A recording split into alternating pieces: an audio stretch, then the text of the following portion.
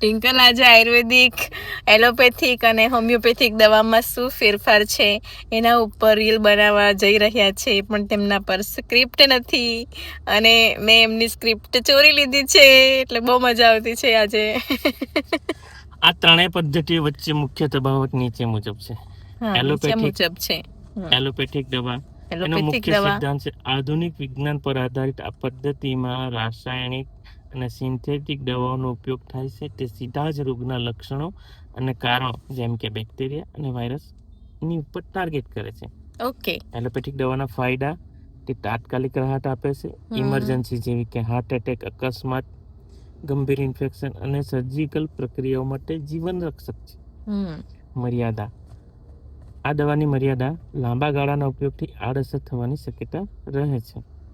હવે આપણે જઈએ આયુર્વેદિક પર. આયુર્વેદિક દવાના સિદ્ધાંત છે પ્રાચીન ભારતીય પદ્ધતિ શરીર, મન અને આત્માના સંતુલન જેમ કે વાત, પિત્ત, કફ પર કામ કરે છે.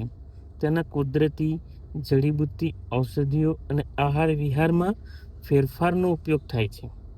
આયુર્વેદિક દવાના ફાયદા: તે રોગને લક્ષણોથી નહીં પણ જડમૂળથી મટાડવા ઉપર ધ્યાન કેન્દ્રિત કરે છે. તે રોગ પ્રતિકારક શક્તિ વધારવા અને ડાયાબિટીસ, બ્લડ પ્રેશર કે પાચન સંબંધી ગાળાની બીમારીઓ માટે ખૂબ જ અસરકારક છે.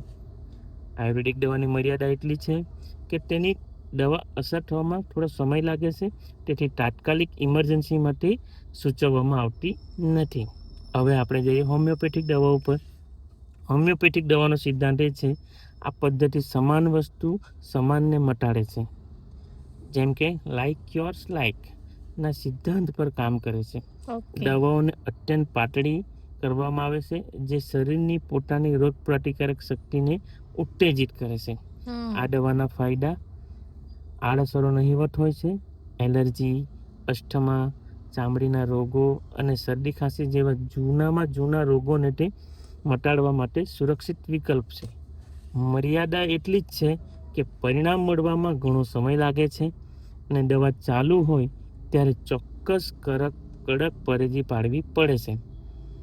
કઈ દવા સૌથી વધારે સારી એ જો ટૂંકમાં જાણવું હોય તો ઇમરજન્સી અને તાત્કાલિક સારવાર માટે એલોપેથિક સૌથી ઉત્તમ છે.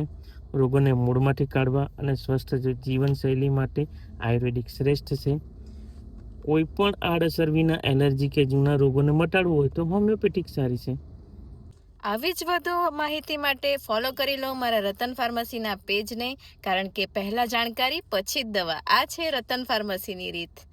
અને આ રીલને વધુમાં વધુ પરિવાર સાથે, મિત્રો સાથે, ફ્રેન્ડ સાથે શેર કરી દો.